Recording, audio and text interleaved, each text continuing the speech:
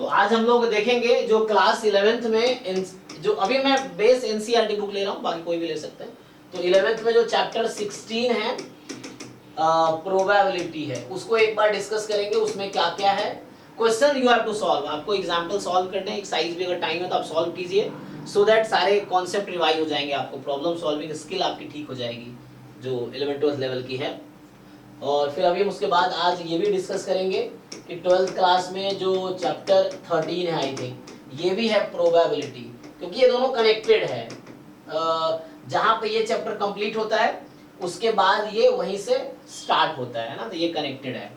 जो आप देखते हैं जो आईआईटी जेईई की जो लोग तैयारी किए होंगे तो लोग साथ में ही पढ़ाते हैं, एक साथ, अलग अलग नहीं पढ़ाते ना। 11th 12th में ये है, लेकिन जब पढ़ाते हैं प्रोबेबिलिटी तो पूरे एक साथ पढ़ाते हैं, क्योंकि ये कनेक्टेड है चीजें। सो अब यहीं से स्टार्ट करते हैं, ओके चलो। तो उसके लिए मुझे बुक डाउनलोड करना पड़ेगा।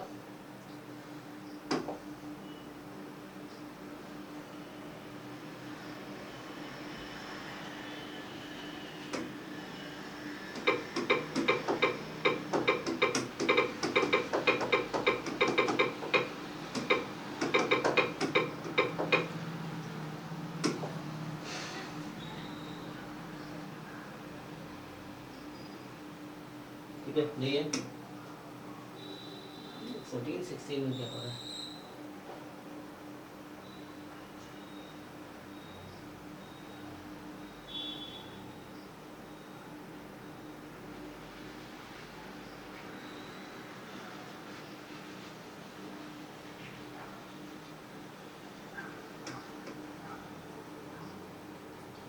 चलो, तो ये है ना क्लास 12th की प्रोबेबिलिटी है।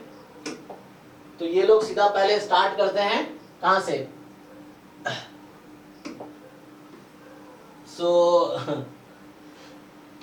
ये लोग स्टार्ट करते हैं, इनका जो है ना, ये पहले स्टार्ट करेंगे सैंपल स्पेस से, है ना। तो सैंपल स्पेस क्या होता है, कोई बताओ जिनको पता है। Collection of all events. Collection of all event sample space होता है? नहीं, collection of all,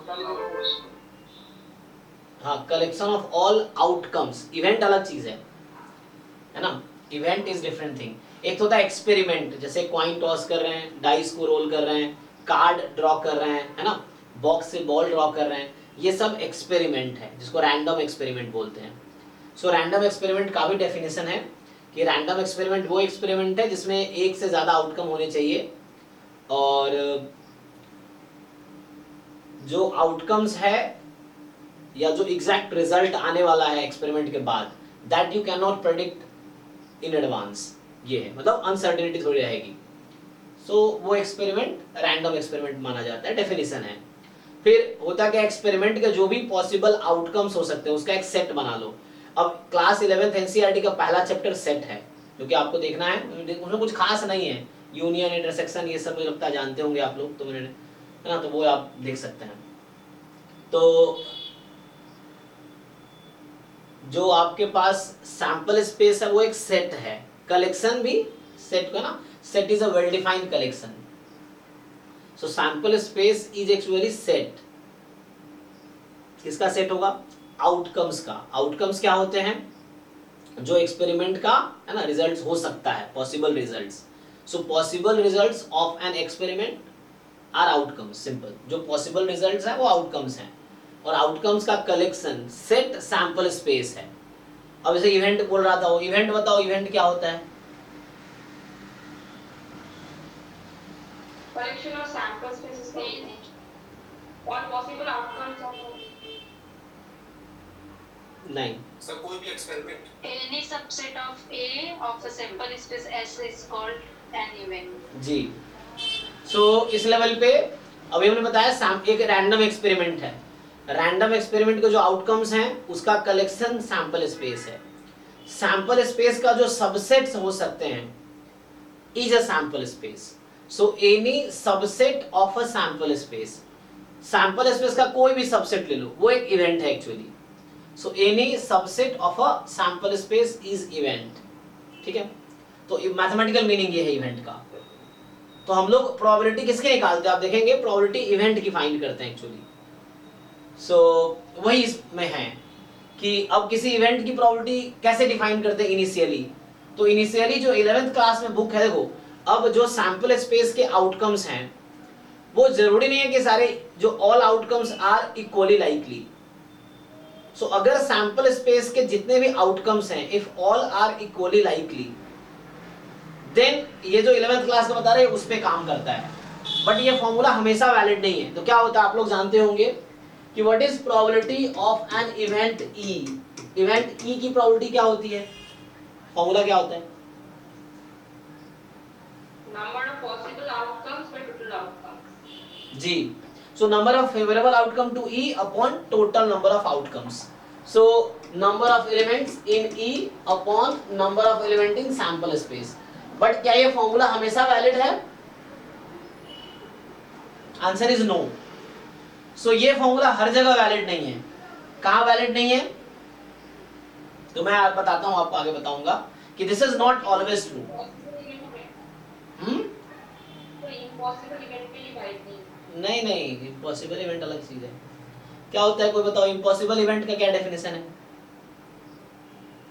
sun rising in west. नहीं नहीं, एग्जांपल नहीं पूछ रहे, डेफिनेशन पूछ रहे हैं। इम्पॉसिबल इवेंट का डेफिनेशन क्या है? सर एम्प्टी सेट को ही बोलते हैं सर। एम्प्टी सेट को बोलते हैं, यस वो चलेगा, या जिसकी प्रोबेबिलिटी 0 हो जाए, है ना। हाँ, empty set is the impossible event, correct, no problem. Universal जो the thing that is not universal truth. नहीं नहीं, कुछ भी नहीं, यही तो आपको सीखना है। जैसे एग्जैक्टली जैसे हम कुछ पूछ रहे हैं, exact to the point answer देना पड़ेगा, क्या लिखा हुआ है। और ये अपने मन से मत बताओ। जैसे आपको जैसे कोई चीज नहीं पता, मान लो आपने इम्पॉसिबल इवेंट कहा, सो यू जस्ट गो इन कोई भी बुक उठा लो प्रोबेबिलिटी का, वहां डिफाइन किया होगा। ये बहुत डीप कॉन्सेप्ट है, यहाँ पर इसमें तो बहुत कुछ लिखा गया है। कहाँ लिखा गया है? सर ये वो जो बुक का बुक के जो बुक है वहाँ पर ये इम्पॉसिबल इवेंट बोला गया है कि सन राइजिंग इन वेस्ट ये कोई इम्पॉसिबल। नहीं नहीं, वो तो एग्जांपल है, मैं फिर से कह रहा हूँ डेफिनेशन क्या है, वहां जाकर पढ़िए आप। सर वहाँ पर मतलब ये इम्पॉसिबल इवेंट तो सर ये मतलब बुक है आपके पास अभी? नहीं नहीं मैं अभी बुक नहीं है। फिर जब हो तो देख के बताना, फोटो भेजना ग्रुप में, डेफिनेशन क्या है। कहानी नहीं बनाने है, ठीक है ना। एक्चुअली क्या चीजें हम बहुत सारी अज्यूम करते हैं, स्पेशली आप बहुत ज्यादा। सो चीजें हम अज्यूम नहीं करनी है, जो लिखा है वो बताने हैं। सो हर जगह आपको देखना है डेफिनेशन क्या है। द फर्स्ट थिंग किसी बुक में ना, जैसे उन्होंने बताया एम्प्टी सिंपल, एक ऐसा इवेंट जिसमें एक भी आउटकम नहीं है, वो इम्पॉसिबल इवेंट है, चलेगा, एम्प्टी सेट के इक्वल आ जाएगा, यस। जिसका अकरेंस के चांस 0 है, तो इस तरह से डिफाइन कर सकते हैं, ठीक है ना, जिसके अकरेंस के चांस 0 हैं। तो sun rises in the west, इसकी एग्जांपल है जो कि इम्पॉसिबल है। तो ये स्टेटमेंट हुआ, तो जैसे कोई पूछेगा तो इसकी प्रोबेबिलिटी 0 है इसलिए ये इम्पॉसिबल है, सही बात है। लेकिन आपको सबसे पहले जब कोई भी टॉपिक आप पढ़ रहे हैं, सबसे पहले खुद से पूछिए कि इसका डेफिनेशन क्या है ना।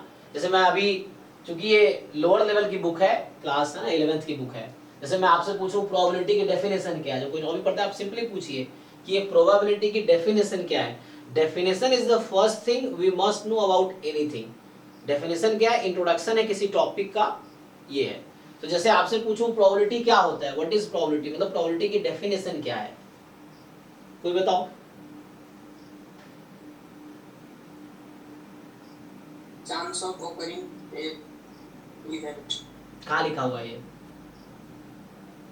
लिखा है। जैसे देखो मैं एक चीज और बताऊं, हाँ यस यस, एक चीज और बता दूं पहले। जैसे कोई कुछ बोलते हो ना, तो तुम्हारे पास एक रेफरेंस हो कि सर ये मैंने यहाँ पढ़ा है, और तुम्हारे पास इतना कॉन्फिडेंस हो कि तुम दिखा सको मुझे, अगर मैं पूछ दूं कहाँ है तो तुम बता सको। कई बार क्या कोई कुछ भी बोल देता है, लेकिन आपको समझना कि वो आपने कहाँ पढ़ा था, किसी ने बताए थे, किताब में पढ़े थे, कहाँ पढ़ा है। सो इस तरीके से, और आप बता सको हाँ इस बुक में मैंने पढ़ा था, क्योंकि वो मेरे पास भी जो नॉलेज है वो किताब से ही आई है, ऐसा तो नहीं मैंने चीजें बनाई हैं, मैंने कुछ नहीं बनाया है। तो जो मैं जानता हूँ वो सब आप भी जान सकते हो। सिंपल क्या करना है, बुक्स को रेफर करना है। अच्छा, कोचिंग क्यों ज्वाइन किया आपने, तो ये आपको हेल्प करेगा चीजों को जल्दी सीखने में, अच्छा सीखने में, है ना, वो चीजें हैं। तो ये हेल्प करता है कि आपको एक एनवायरनमेंट मिलता है, मटेरियल मिलता है, ग्रुप मिलता है, तो इससे आप ज्यादा ग्रोथ करते हैं दैन अकेले करने से। लेकिन बुक्स, अल्टीमेटली बुक्स पढ़ेंगे, बुक्स को रेफर करेंगे तो उससे बेनिफिट ही मिलेगा आपको, क्योंकि आप चीजें जानते हैं। जब पढ़ें, जितना ज्यादा रिवाइज करेंगे उतना क्लैरिटी आएगा।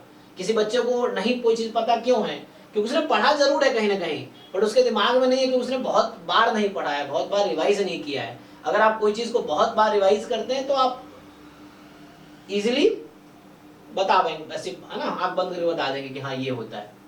ठीक है, बताओ भाई Sudipta, what is probability, definition of probability. Sir probability जो फंक्शन होगा domain is sigma field and range is closed interval 0 to 1। आगे साथ में तीन और कंडीशन आती हैं, है ना, कि probability of sample space is 1 and then probability of each event will be more than equal to 0 and तीसरा है कि if a1 into n, ये मैं जो बात कर रहा हूँ इसको बोलते हैं एक्सियोमेटिक डेफिनेशन ऑफ प्रोबेबिलिटी, जो ये बता रहे हैं, ठीक है। तो एक्सियोमेटिक डेफिनेशन है प्रोबेबिलिटी का कि प्रोबेबिलिटी भी एक फंक्शन है एक्चुअली। आप किसी बुक में जाकर देख सकते हैं जहाँ प्रोबेबिलिटी स्टार्ट किया होगा तो वहाँ एक्सियोमेटिक डेफिनेशन लिखा होगा। इवन मुझे ऐसा लग रहा है क्लास 11th के एनसीईआरटी में भी होगा, अभी हम देखेंगे क्या है। अब इसमें अपने तरीके से आपको बता रहा हूँ, अभी हम देखेंगे इसमें क्या क्या लिखा है, एक एक चीज देखेंगे। अब तो यहाँ भी डिफाइन किया होगा। हाँ जी अमन बताइए, है ना ओके चलिए देखते हैं इसमें क्या डिफाइन किया इन लोगों ने, है ना। आइए, तो जैसे कोई भी चीज आप पढ़ते हैं ना, पहली चीज आप डेफिनेशन देखिए क्या होता है, क्योंकि पूरी कहानी पढ़ लेंगे और आपको उस वर्ड का डेफिनेशन नहीं पता रहेगा, ऐसा होगा अक्सर, ठीक है ना। चलिए तो हम लोग ये थोड़ी कहानी छोड़ते हैं, हम सीधा आते हैं। सो एक तो आता है क्लासिकल थ्योरी ऑफ प्रोबेबिलिटी, ये कुछ बताना चाह रहा है। तो कह रहा है in general to obtain the probability of an event we find the ratio of the number of outcomes of favourable to the event to the total number of equally likely outcomes. जो आप जानते हैं number of favourable outcome upon total number of outcome, वो जो ratio है वो probability को represent करता है, लेकिन कब, जब इक्वली लाइकली आउटकम होंगे तब। और इस थ्योरी को बोलते हैं क्लासिकल थ्योरी ऑफ प्रोबेबिलिटी। तो ये आप जो आप बता रहे थे, आई थिंक हरकजीत बता रहा था ना, तो वो क्लासिकल डेफिनेशन हो सकता है कि number of favourable outcome total number of outcome, ये क्लासिकल डेफिनेशन हो सकता है प्रोबेबिलिटी का। लेकिन ये डेफिनेशन परफेक्ट नहीं है, इसके बहुत सारे ड्रॉबैक्स हैं। तो बाद में आया एक्सियोमेटिक डेफिनेशन ऑफ प्रोबेबिलिटी, जिस पे बेस पे आगे पूरी प्रोबेबिलिटी थ्योरी है, ठीक है। फिर देखो आगे कहता है कि in class 11th we learn to find, अच्छा सॉरी इन क्लास 9, क्योंकि प्रोबेबिलिटी हर छठे, सातवें, आठवें, नौवें, 10वें, 11वें, 12वें हर एनसीईआरटी में देखेंगे लास्ट चैप्टर है। तो ये बता रहा है कि 9th क्लास में हमने क्या पढ़ा था, probability on the basis of observations and collected data. Example के लिए वहां ऐसा था कि एक कॉइन को 100 बार टॉस किया, तो क्या प्रोबेबिलिटी है कि 40 बार हेड आएगी, तो क्या होनी चाहिए 40 टाइम्स हेड आने की प्रोबेबिलिटी क्या हो जाएगी 40/100, सिंपल है ना। तो ये जो बताना चाहिए इसको बोल रहा है कि this is called statistical approach two of probability. इस तरह से ये डेटा उटा के हिसाब से बात कर रहे हैं, ऑब्जर्वेशन से डेटा, तो ये स्टैटिस्टिकल अप्रोच हो गया, है ना। हमें मेनली जो सिलेबस में पढ़ना है एग्जाम गेट में एक्सियोमेटिक अप्रोच है या एक्सियोमेटिक डेफिनेशन ऑफ प्रोबेबिलिटी। तो ये समझा रहा है, सब पढ़ेंगे तो आप सीख सकते हैं यहाँ से, है ना। तो वो जो क्लास 12 का है एनसीईआरटी ग्रुप में आप जो प्रेजेंट कर रहा है, नहीं, ये क्लास 11th का है, दिस इज क्लास 11th, आप डाउनलोड कर सकते हैं, class 11th NCERT book, chapter number 16, name is probability, ठीक है, 11th का है। मैं बस बच्चों को कहता हूँ घर पे आपको पूरा अच्छे से पढ़ना है। हम यहाँ थोड़े टाइम में 1-2 घंटे क्लास, 2 घंटे क्लास है, उसमें एक बार ये देखते हैं क्या क्या है इसमें, बाकी आपको अच्छे से घर पे पढ़ना है। फिर कुछ समझना है तो मेरे से डिस्कस करना है कि मुझे ये समझ नहीं आई है ना, क्योंकि देखो आप लोग अभी जैम लेवल पे हो, तो इससे पहले हमने बहुत सारी सीढ़ियां चढ़ी हैं, पहली क्लास, दूसरी, तीसरी, चौथी, पांचवी, छठी, फिर 10वीं, 11वीं, 12वीं, फिर ग्रेजुएशन होगा। तो इसमें क्या हमारा सब्जेक्ट में क्या है कि पीछे के नॉलेज रिक्वायर्ड है, जिनको पीछे का नॉलेज भूल गए हैं तो आगे उनको उतने ज्यादा प्रॉब्लम होना है। तो जो पीछे अभी तक आपने पढ़े हैं 9, 10, 8, 7, 11, 12 बीएससी में, वो सब यूज होगा, है ना। So that we have to, इसलिए मैं 11, 12 के लेवल से स्टार्ट कर रहा हूँ कि पहले 11, 12 के एक बार बता दे रहा हूँ क्या क्या इसमें था 11, 12 में, जो कि हम आगे यूज करेंगे, उसके बेस पे फिर आगे कॉन्सेप्ट बिल्ड होगा। ये है ओके। तो ज्यादा डीपली तो हम लोगों जैम के सिलेबस में है, हाँ वो तो है ही, वो समझ रहे हैं। तो इससे ज्यादा तो अच्छा कि हाँ वो आएंगे एक्चुअली। आप तो देखो, अब तो पिछले साल जैम गेट भी तैयारी कर रहे थे, फिर भी आपको भी ठीक से इवेंट की डेफिनेशन नहीं पता था, अभी पूछा था मैंने। तो ये सब बुरी बात है ना, ये सब आपको रियलाइज करना चाहिए कि व्हाई आई डोंट नो, मतलब इंस्टेड ऑफ ये सोचना कि सर मुझे क्यों डांटते हैं, इंस्टेड ऑफ ये सोचते कि मुझे क्यों नहीं पता है, अपने खुद से क्वेश्चन पूछो। जब आप रेस्पॉन्सिबिलिटी खुद पे लेना शुरू करोगे ना, तो आप बहुत बेहतर इंसान बन जाओगे। अगर आप ये ढूंढोगे कि किसकी वजह से मेरी बेइज्जती हो रही है, या मतलब दूसरों को जब भी आप रेस्पॉन्सिबल ठहराओगे तो लाइफ में चाहते वहीं रह जाओगे। So the thing is take responsibility, ask yourself कि आपको क्यों नहीं आता है। The answer is you have to study, then पहले नहीं सीख पाए अब सीख लेंगे, क्या दिक्कत है, सीखना है। The thing is you have to learn. तो ये कह रहा है कि यहाँ पे in this chapter we will study about this approach called axiomatic approach of probability. इसकी हम बात करते हैं, हम लोग ये पढ़ेंगे एक्सियोमेटिक अप्रोच ऑफ प्रोबेबिलिटी, ठीक है। सो कह रहा है कि to understand this approach we must know about few basic terms. अब देखो ये भी बुक में यही कह रहा है कि तुम इस चीज को कब समझ पाओगे, we must know about few basic things. अब ये बेसिक थिंग इनको नहीं पता है तो आगे कैसे बढ़ेगा, यही तो लिख रहा है, इसलिए भी कहना ही चाह रहा है ना कि आप ये चीज तब समझ पाओगे आगे जैम गेट वाली चीजें जब आपको ये बेसिक चीजें पता होंगी, बेसिक टर्म्स। अब जिनको यही नहीं पता रैंडम एक्सपेरिमेंट क्या होता है, सैंपल स्पेस क्या होता है, इवेंट क्या होता है ना। अभी कोई बता रहा है इवेंट होता है कलेक्शन ऑफ सैंपल स्पेस, ये भी कोई बोल रहा है। अभी इवेंट मतलब कोई कुछ भी बोल रहा है। ऐसा क्यों है, क्योंकि आपको एक क्लियर डेफिनेशन नहीं पता है ठीक से, इसलिए ऐसा है ना। तो मैंने बताया रैंडम एक्सपेरिमेंट क्या है, एक एक्सपेरिमेंट है जिसमें मोर देन वन आउटकम होंगे and you can not predict exact result in advance. Experiment perform होने से पहले आप नहीं बता सकते कॉइन पे हेड आएगा कि टेल आएगा, मतलब गारंटी के साथ, है ना, गेस कर सकते हैं। सो ये चीजें हैं। सो कॉइन टॉस, बोल सकते हैं। हाँ We can tell outcomes in advance. हाँ आउटकम्स बता सकते हैं, एग्जैक्ट रिजल्ट नहीं बता सकते जी। Exact result. हाँ तो वही आउटकम्स जो आप बता सकते हैं वो सैंपल स्पेस है। Outcomes are known in advance. जी जी। सो सैंपल स्पेस है कलेक्शन ऑफ ऑल आउटकम्स। उस सैंपल स्पेस का जो सबसेट हो सकता है। अब जिनको सबसेट ठीक से नहीं पता, सबसेट चैप्टर 1 था class 11th NCERT chapter 1, so you should know what is set, what is subset, ये सब आपको करना है रिवाइज, अगर नहीं जिनको नहीं आता उनको। So subset of sample space is event. Sigma field हम पढ़ेंगे, power set of sample space is sigma field in loose sense.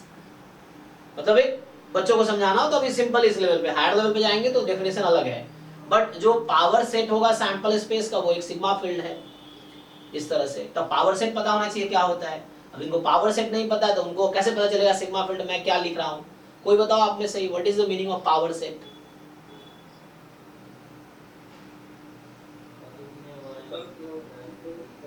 Sir उसमें फाई और पूरा होल सिंपल स्पेस होता है और उसका कॉम्प्लीमेंट भी होता है जो एलिमेंट होता है। हाँ ये आप सिग्मा फील्ड बता रहे हैं, एक्चुअली मैं पावर सेट पूछ रहा हूँ। आप जो बता रहे हो सिग्मा फील्ड का डेफिनेशन है, मैं पावर सेट का डेफिनेशन पूछ रहा हूँ। Collection of all subsets. Yes correct, collection of all subsets. तो किसी सेट का जितने भी सबसेट हो सकते हैं उसका कलेक्शन, मतलब उसका एक सेट बना लो। तो पहले सबसेट लिख लो, उसका सेट बना लो। तो ये जो आप कोई सैंपल स्पेस है उसके सारे सबसेट लिख दो आप और उसका एक कलेक्शन बना लो। किसको किसको फिर से? Universal. हाँ यूनिवर्सल सेट एक्चुअली बोला जाता है, यूनिवर्सल सेट पावर सेट नहीं है, यूनिवर्सल सेट अलग है। यूनिवर्सल सेट जो होता है वो सुपर सेट है हर सेट का। और देखो नया वर्ड फिर आगे एक सुपर सेट वर्ड आ गया, अभी पावर सेट चल रहा था। तो ये सब टर्मिनोलॉजी क्लियर होना चाहिए। तो सबसेट और सुपर सेट, तो मतलब यूनिवर्सल सेट जो आप कह रहे हैं वो होता है, यूनिवर्सल सेट वो सेट होगा उसके जितने भी सेट्स दिए होंगे सब जिसका सबसेट होगा वो यूनिवर्सल सेट है। तो universal set is super set to all set. Super set क्या होता है? A is subset of B, then B is super set of A। जैसे A के सारे एलिमेंट B में हैं तो A सबसेट हुआ B का, तो B सुपर सेट हुआ A का। ये मतलब है सबसेट और सुपर सेट रिलेटेड है ना। जैसे है ना, मान लो जैसे सन एंड फादर, तो फादर सन इस तरह से। तो वैसे सबसेट सुपर सेट सबसेट ऐसे। तो है ना, ये सब जानना है आपको। रैंडम एक्सपेरिमेंट क्या है, सैंपल स्पेस क्या है, इवेंट क्या है। आइए यहाँ पे आते हैं। अब ये समझा रहा है रैंडम एक्सपेरिमेंट क्या है, ठीक है। और ये सब वर्ड आपके सिलेबस में भी, अगर आप जैम का सिलेबस खोल के देखो, पहला वर्ड स्टैटिस्टिक्स पोर्शन में पहला वर्ड रैंडम एक्सपेरिमेंट ही लिखा हुआ है। जैम के सिलेबस की बात कर रहा हूँ, आप देखिए खोल के, जैम सिलेबस का जो पहला वर्ड है वो यही है, पहला वर्ड है। बहुत हाई, मतलब बहुत ज्यादा हाई थ्योरी पे बेस्ड है, तो यहाँ पर थोड़ा सा लो हो रहा है ना। क्या थ्योरी? डेफिनेशन में बोल रहे हो। अरे तो कोई बात नहीं, अभी लो लेवल की चीजें सीख लो, आप हाई लेवल की चीजें घर पे सीखो, ये जब बाद में पढ़ाऊंगा हाई लेवल की तब पढ़ेंगे, अभी हाई लेवल पे क्यों जाना है? फिर मैं आपको बोलूंगा आपको लो लेवल की चीजें आती नहीं है और आपको हाई लेवल का टेंशन हो रहा है, फिर लो लेवल की चीजें सीख लो। ये चीज है, हाई लेवल का भी जो सिलेबस स्टार्ट करेंगे जब तब पढ़ेंगे ना हाई लेवल की चीजें, अभी पहले लो लेवल का सीख लो। इसमें बहुत सारी चीजें आपको जो नहीं आती आप वो सीखो ना पहले।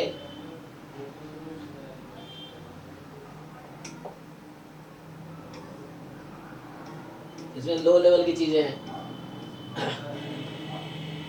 देखो जैसे डिफाइन किया होगा कि रैंडम एक्सपेरिमेंट क्या होता है, ये समझाने की कोशिश कर रहा होगा, ठीक है। सो ये समझा रहा होगा, अच्छा एग्जांपल के थ्रू समझा रहा है ना। ये समझा रहा है कि when a coin is tossed it may turn up head और टेल, ये सब। किया हुआ है an experiment is called random experiment. हाँ यहाँ लिखा ना आगे, yes, but we are not sure which of the results will actually be obtained. ये एग्जांपल समझा रहा है, कॉइन को टॉस किया तो कुछ भी हो सकता है, हेड या टेल कुछ भी आ सकता है। Such experiment are called random experiment. आगे समझा रहा है कि रैंडम एक्सपेरिमेंट का ये डेफिनेशन है। सो this is definition of random experiment,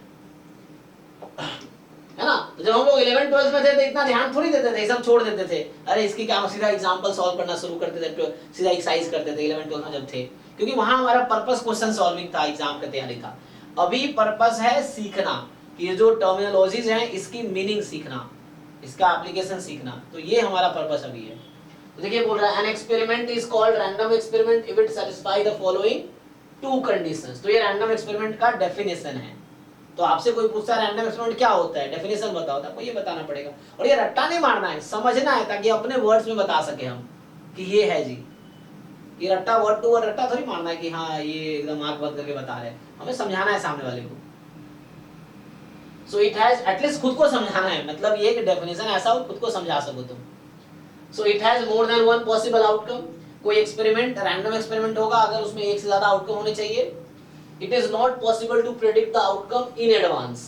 तो यहाँ आउटकम वर्ड यूज किया, इसका मतलब है कि जो फाइनल रिजल्ट आ सकता है उसको तुम प्रेडिक्ट नहीं कर सकते। यू कैन नॉट प्रेडिक्ट कि उस एक्सपेरिमेंट का फाइनल आउटकम क्या आएगा, ये कहना चाह रहा है ना। Set of outcomes you can tell, what are the all possible outcome you can tell, but exact outcome you can not tell क्या आने वाला है। इसलिए मैं रिजल्ट बोलता हूँ कि exact result you can not tell कि क्या आएगा, ये है ना।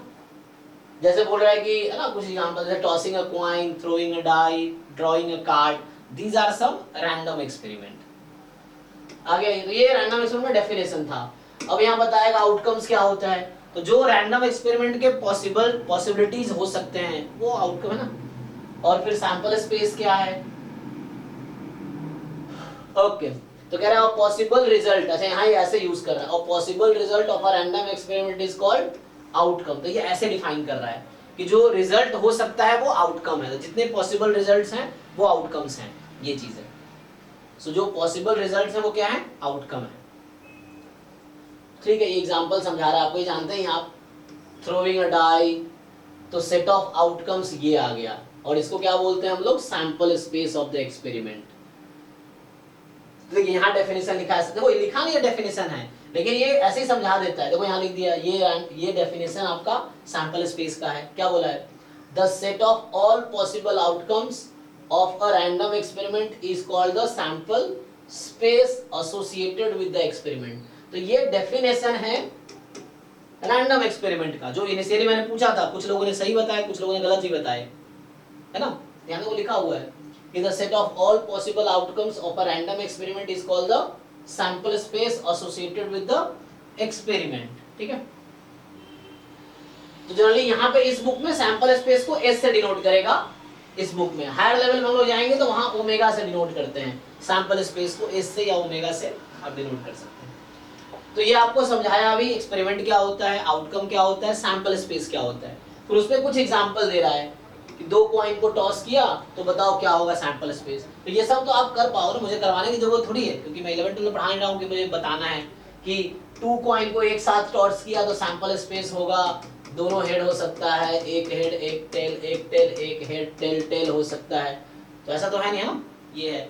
तो ये तो आपको आता है, तो क्वेश्चन करवाने की जरूरत नहीं, आपको घर पे खुद से देख लेना है कि आपको आते हैं कि नहीं आते। नहीं आते हैं तो आप सीखिए, मुझसे पूछिए इस तरह से। सीधा मैं आता हूँ अगले कॉन्सेप्ट पे कि अगला कॉन्सेप्ट क्या है। हम ये देख रहे हैं कॉन्सेप्ट्स क्या क्या इसमें हैं, ऑलरेडी इन्वॉल्व हैं। तो ये सब एग्जांपल्स आप खुद कीजिए और नहीं समझ आए तो पूछिए।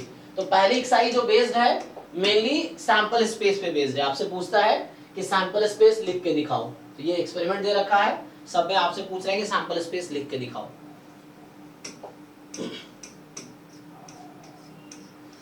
चलिए अब आता है इवेंट। ठीक, चलो सियानी एक बार आपसे पूछ लेते हैं दोबारा, बताइए इवेंट का डेफिनेशन क्या है।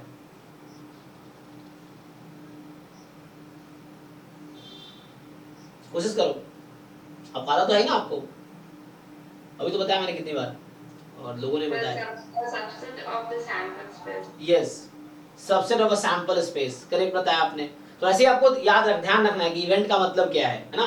तो यही चीज समझा रहा होगा और यही डेफिनेशन आगे तक भी चलेगी, है ना। जब सिग्मा फील्ड आ जाएगा तो वहां मतलब बदल जाएगा कि element of sigma field are called event, otherwise चलेगा ये। तो यहाँ लिखा होगा। सो अभी कह रहा है कि हमने देखा, हमने रैंडम एक्सपेरिमेंट पढ़ लिया, सैंपल स्पेस पढ़ लिया।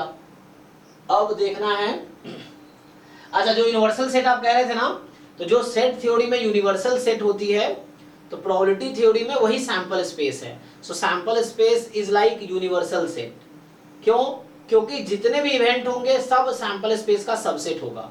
तो यूनिवर्सल सेट क्या होता है? एक ऐसा सेट, कोई भी सेट की बात करोगे उसका सबसेट ही होगा। तो इवेंट कुछ भी ले लो आप, वो सैंपल स्पेस का सबसेट ही होगा। तो sample space is universal set actually. ठीक है। अच्छा एक कंफ्यूजन है यूनिवर्सल सेट में और सुपर सेट में। Yes, super set of all given sets are you can say universal set, ये चीज है।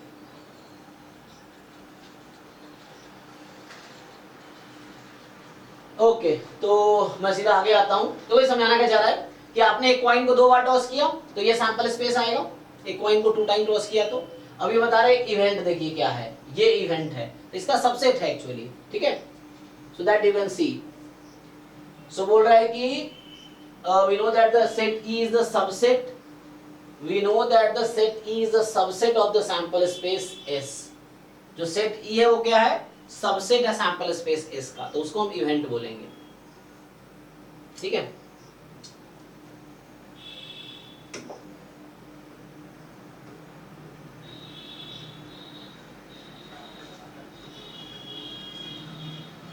तो यहां इन्होंने डेफिनेशन लिखा है ना, यहां डेफिनेशन करके लिख दिया है कि any subset E of sample space is called an event, है ना। ये आपको दिमाग में चाहिए फिट करने की, जो सैंपल स्पेस है उसका कोई भी सबसेट लेंगे वो एक इवेंट होगा। तो जो एम्प्टी सेट है वो भी सैंपल स्पेस का सबसेट है, तो उस एम्प्टी सेट को हम इम्पॉसिबल इवेंट बोलते हैं, जो आपने से बताया था ना किसे। सो उस एम्प्टी सेट भी सैंपल स्पेस का सबसेट है and that empty set is the impossible event actually. अब आता है अकरेंस ऑफ इवेंट, आपको वही निकालने हैं। चलो तो यहां पे आओ, देखो अब ये बात कर रहा है टाइप्स ऑफ इवेंट्स की।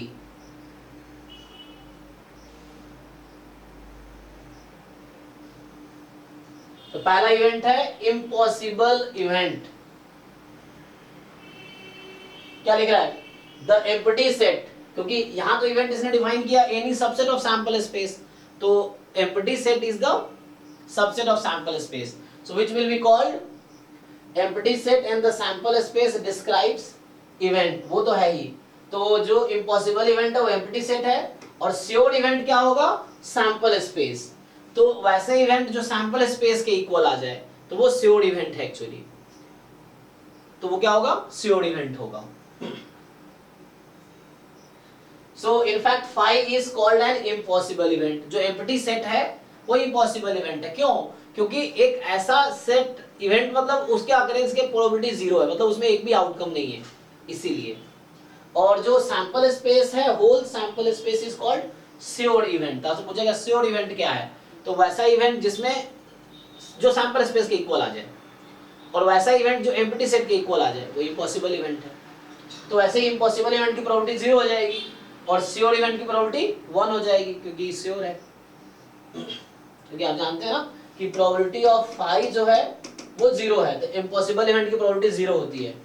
प्रोबेबिलिटी ऑफ सैंपल स्पेस 1 है, तो श्योर इवेंट की प्रोबेबिलिटी 1 है।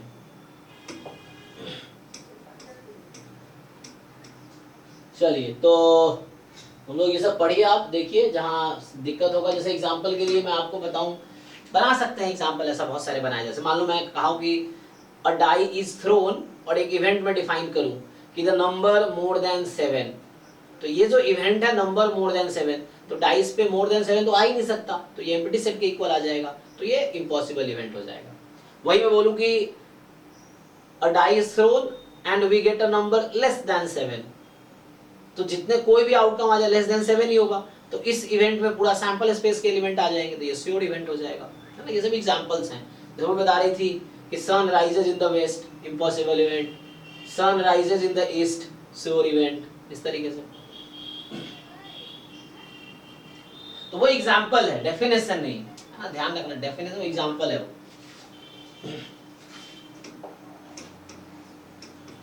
चलिए, अब आता है सिंपल इवेंट। आप में से कोई ट्राई कीजिए, what is the meaning of simple event?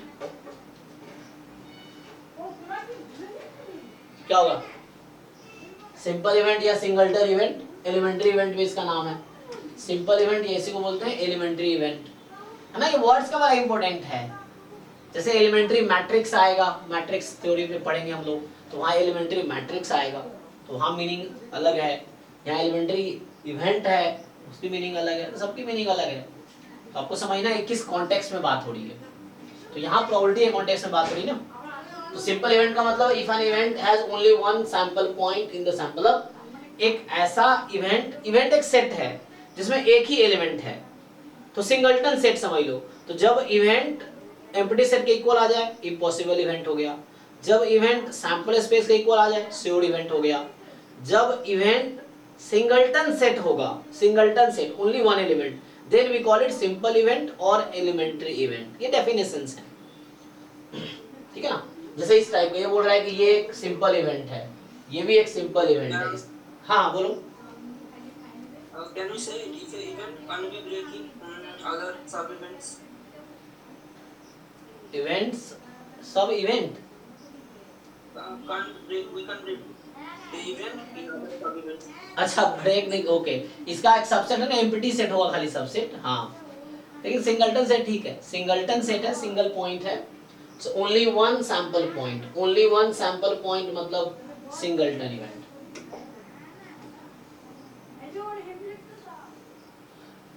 हाँ ठीक है, तो उसमें ये है। अब आता है कंपाउंड इवेंट। ये वर्ड्स देखो, बताओ जी सैनी, सब जीरो लेवल की चीजें हैं, बताइए आप कंपाउंड इवेंट क्या होगा? The event has more than one event for the one sample point. जी, सो जिसमें एक से ज्यादा एलिमेंट है तो वो कंपाउंड है। तो ये सब आपको जानना है, ये सब जीरो लेवल की चीजें हैं, तो उसको पहले जानना, फिर जीरो से लेके जाने हैं इन्फिनिटी लेवल तक, है ना। जीरो से स्टार्ट करके जाएंगे ना ये चीजें।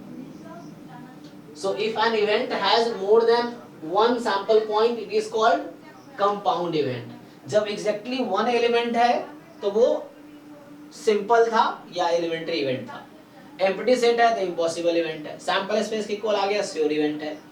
एक से ज्यादा element है तो उसको हम compound event बोल सकते हैं। तो ये definitions है कुछ terms के। यहाँ example भी दे रखा है, that you can see।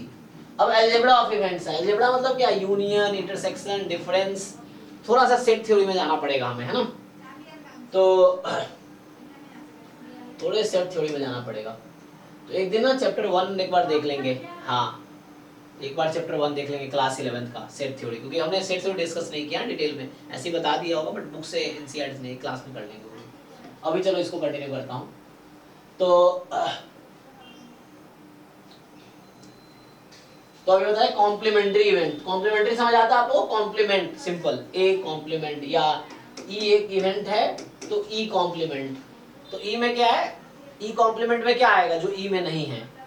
तो कैसे डिफाइन करोगे? मान लो एस एक सैंपल स्पेस है, ई इवेंट है, तो ई कॉम्प्लीमेंट का मीनिंग इन दोनों के टर्म्स में क्या आएगा? प्रोसेस क्लियर है? यस हाँ, तो आप लिखेंगे ई कॉम्प्लीमेंट को सैंपल स्पेस माइनस ई, है ना। देखो इसमें होता क्या है, अगर मैं यहां समझाऊं आपको कि मान लो ये बॉक्स मेरा सैंपल स्पेस है, ठीक, और इसके अंदर एक सर्कल है जो इवेंट है, तो ये बाहर वाला जो होगा, ये जो बाहर के पोर्शंस हैं, ये रिप्रेजेंट कर रहा है ई कॉम्प्लीमेंट को, है ना, जो ई में नहीं है वो ई कॉम्प्लीमेंट को। तो सेट के सेंस में लिखेंगे, so E complement is sample space minus E, ये चीज है सेट के सेंस में।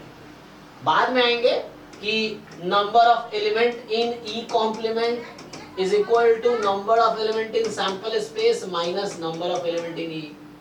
प्रोबेबिलिटी ऑफ ई कॉम्प्लीमेंट कितना आएगा? 1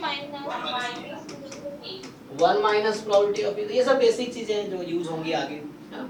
तो ये सेट के सेंस में हुआ, ये नंबर ऑफ एलिमेंट्स हुआ, यहाँ प्रोबेबिलिटी के सेंस में हुआ, ये चीज है।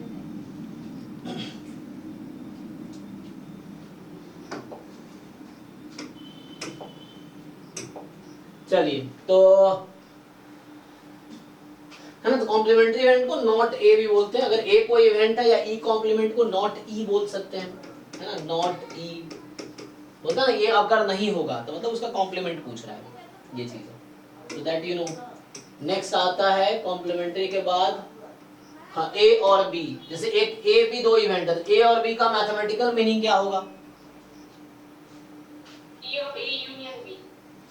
पी कहां से आ गया? हमने बोला ए यूनियन बी का, है ना, ए और बी का मैथमेटिकल मीनिंग क्या है? तो जस्ट ए यूनियन बी। हाँ, मतलब A plus B is fine, हाँ, P A plus P B हो जाएगा बाद में, बट सेट के सेंस में ए यूनियन बी ये हो जाएगा। और अगर डिसजॉइंट रहेगा, A and B are disjoint, then probability of A union B is equal to P A plus P B होगा, जो कि आगे आएगा ना। तो ए और बी का मतलब ये है, मैं ये पूछना चाहता हूं, ए और बी का मैथमेटिकल मीनिंग है ए यूनियन बी, ठीक है। ए एंड बी का क्या मतलब है?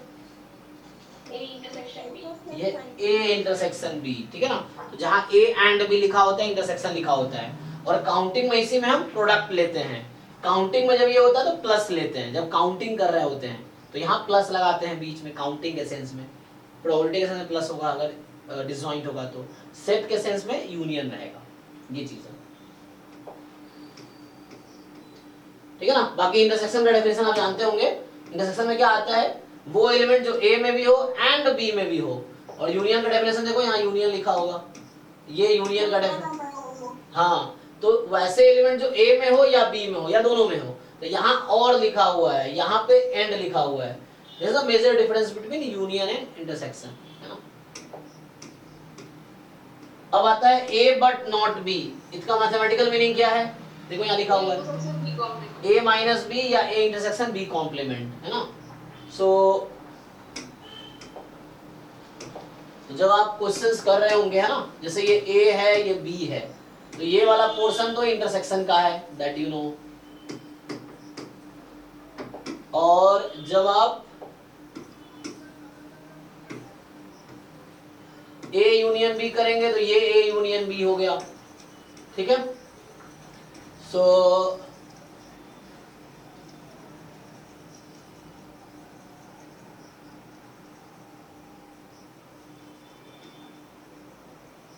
सो this is A union B, है ना। ये ए सर्कल था, बी सर्कल था, तो ये रिप्रेजेंट कर रहा है ए यूनियन बी को। फिर ये ए है, ये बी है, सो ये वाला जो पोर्शन है ये ए है और ये मान लीजिए बी है, सो ये किसको रिप्रेजेंट कर रहा है? जी। So this is A intersection B complement। हाँ, सेम चीज है। आप a माइनस बी लिखिए या a इंटरसेक्शन b कॉम्प्लीमेंट लिखिए, बोथ आर सेम थिंग, ठीक है। सो a माइनस बी, तो a but not b, a intersection b complement, the complement of the not b, the a and not b, same चीज है। तो you write this और you write this, same, है ना। तो ये सब मतलब वेन डायग्राम इसको बोलते हैं ना। वेन डायग्राम में कई बार चीजें देख के आसानी से हम लोग वो कर पाएंगे। अच्छा, जैसे मैं पूछ रहा था आपसे सो अगर मैं पूछूं यहाँ से number of element in A minus B, ये किसके इक्वल होगा? A intersection B complement N हाँ, इसका फॉर्मूला पूछ रहा हूं मैं। ठीक है, आप सही कह रहे हैं कि यहाँ पे ठीक है, this is equal to what?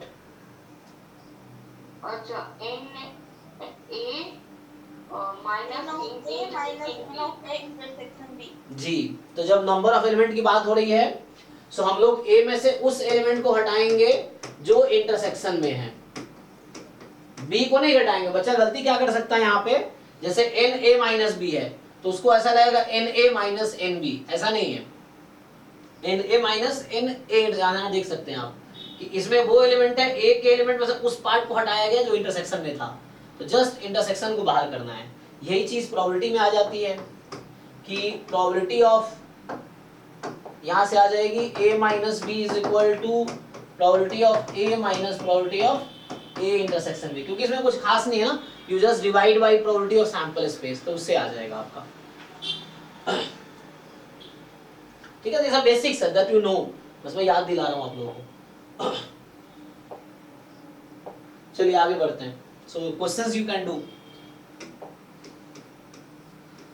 है ना, नॉट ए है ना, ये बता रहा है जस्ट ए और बी का मतलब A union B, A and B का मतलब this, A but not B का मतलब दिस, नॉट ए का मतलब ए कॉम्प्लीमेंट, तो ये थोड़े से समझना है।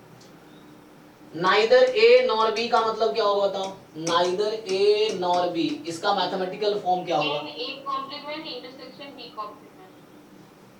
नाइदर ए नॉर बी, तो ए भी नहीं होगा एंड बी भी नहीं होगा, या आप ऐसे भी लिख सकते हैं ए यूनियन बी का कॉम्प्लीमेंट। तो इस फॉर्मूले का नाम क्या है? इसको डी मॉर्गन्स लॉ बोलते हैं। जी जी करेक्ट, डी मॉर्गन्स लॉ, है ना, तो ये सब बेसिक्स हैं। So this formula is called D Morgan's law. फिर यहाँ पे आएगा नाइदर ए नॉर बी, है ना, और जैसे कई बार बोलता है एग्जैक्टली वन ऑफ ए और बी, या A and B, A B में से एग्जैक्टली वन अकर होना चाहिए, इसका मैथमेटिकल फॉर्म क्या रहेगा?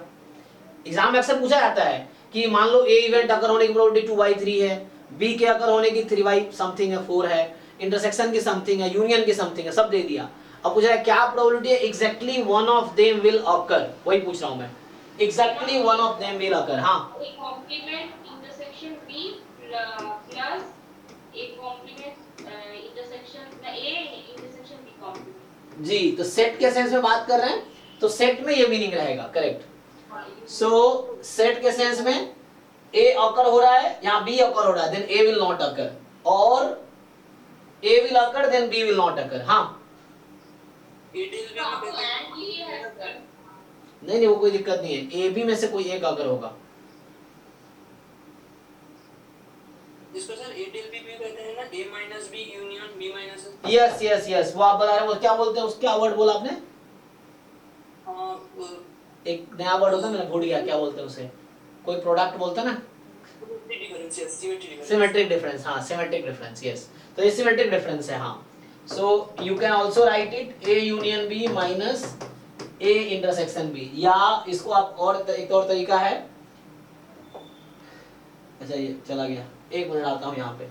तो ये सिमेट्रिक डिफरेंस का मतलब यहाँ ये है, एक तो ये था, तो हमने एग्जैक्टली 1 लिखे थे, ये कट गया, तो यहाँ था एग्जैक्टली 1, यहाँ लिखता हूँ मैं, हमने कहा एग्जैक्टली 1 ऑफ ए और बी, चलो ऐसा लिख दो, तो इसका मतलब है कि a माइनस बी और b माइनस a, या इसी को लिख सकते हो a इंटरसेक्शन b कॉम्प्लीमेंट और b इंटरसेक्शन a कॉम्प्लीमेंट, है ना, या यही चीज इक्वल होगा a union b minus a intersection b के।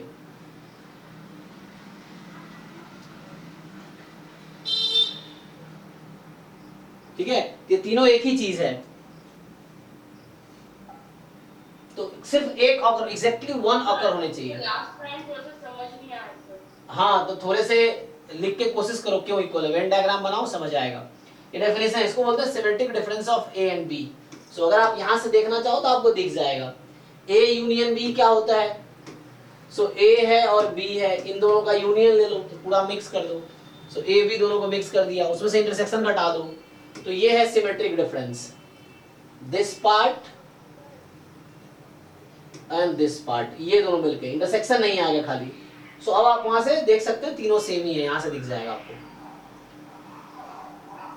एग्जैक्टली वन ऑफ ए और बी। हाँ हाँ, yes yes, exactly one of A और बी। हाँ, कोई एक ही ऑकर होगा। इस तरह क्वेश्चन एग्जाम में भी आते हैं, गेट में भी, जाम में भी। एग्जैक्टली वन ऑफ ए और बी, सिर्फ एक ही ऑकर करेगा, दोनों नहीं। तो ये चीज है, आइदर ए है ना, तो ये है A minus B, you know this is A B minus A, और वैसे ए यूनियन बी से मैं ए इंटरसेक्शन बी घटा दो। देखो थर्ड वाला दिख रहा है, ए यूनियन बी पूरे मिला के था, उसमें से इंटरसेक्शन को बाहर कर दिया, इंटरसेक्शन को बाहर कर दिया तो ये आ गया। So that is the symmetric difference, को बोलते हैं symmetric difference of A and B. आइए आगे देखते हैं क्या है। और आता है म्यूचुअली एक्सक्लूसिव इवेंट। चलो भाई, कोई बताओ what is definition of mutually exclusive event? Definition ये union campus space one by one रुक जाओ। हाँ सर, आप ही बताओ पहले। म्यूचुअली एक्सक्लूसिव का मतलब है when two events occur does not occur simultaneously, mutually exclusive बोले A intersection B equal to 5। जी हाँ, आप बताइए, बाकी सेम बता रहे थे दिया आप। कह रही थी उसका इंटरसेक्शन 5 होगा। जी सिंपली डिसजॉइंट। तो डिसजॉइंट का दूसरा नाम है म्यूचुअली एक्सक्लूसिव। म्यूचुअली एक्सक्लूसिव, या ये वर्ड आपने सुना होगा डिसजॉइंट।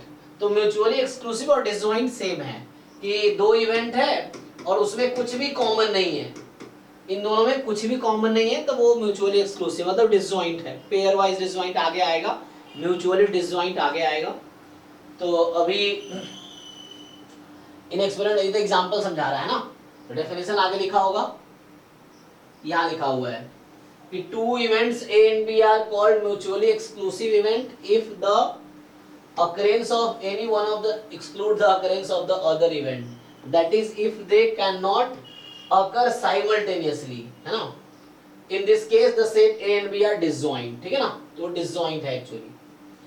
तो म्यूचुअली एक्सक्लूसिव मतलब कॉमन ना हो, A इंटरसेक्शन B 5 के इक्वल आ जाता है, A and B में कुछ भी कॉमन नहीं है, तो A and B are mutually exclusive या डिसजॉइंट सेट, है ना, लिखा ना A and B are disjoint sets. और उसका यूनियन भी A प्लस B होगा। नहीं, यहाँ जरूरी नहीं है। यूनियन क्या होगा? Sample space. क्या कहना चाह रहे हैं? यूनियन क्या होगा?